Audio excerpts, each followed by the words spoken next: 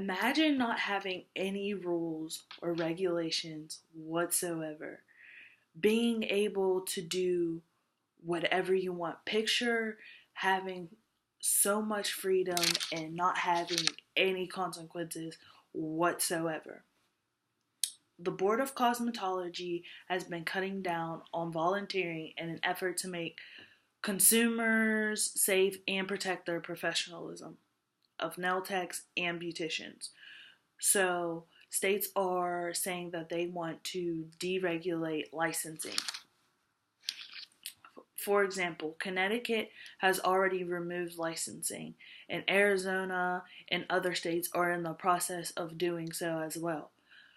I believe that the beauty industry should have licensing and have conducted research that supports my statement. So, what I'm trying to say is, I believe that you should have a license in order to do hair or to do nails. One, having licensing in place provides accountability for those beauticians or nail techs.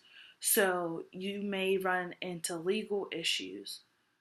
If there weren't if there wasn't a such thing as licensing, who would who would hold these nail techs or these beauticians accountable for what they're doing? For example, say if a nail tech isn't properly sanitizing their tools, or a beautician isn't properly sanitizing their tools, who's going to hold them accountable? Who is going to come in and check to make sure that they have everything set up? They're using proper power outages and things for consumer safety, for safety reasons. Who is going to keep these consumers safe? Who is going to keep customers safe?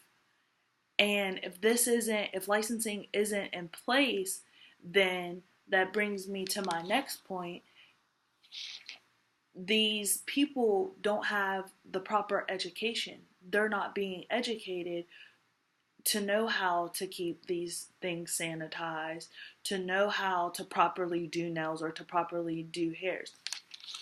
For example, according to the North Carolina Board of Cosmetology, you have to have 1,500 credit hours in order to take the test to receive your license. So what that means is you have to go to school first, graduate from school, and then on top of that, you also have an oral test that you have to take and a physical test that you have to take in order to receive your license.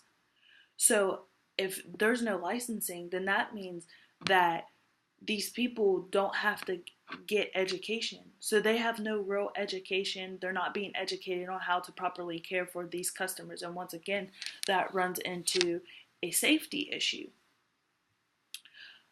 Overall standards. So the each state has their own rules and their own regulations as to how they run salons and how they would like people to do nails and hair. Now, if there were no rules and no regulations, then that means that people can pretty much do whatever they want. And that falls into it being ethically incorrect. So it is not fair to the people who already have paid thousands of dollars and followed these rules by the book and want to look out for these consumers. What happens to them? They basically have wasted their time, their effort, and their energy. And what about if Sally, who doesn't have a license, she's just in it for the money.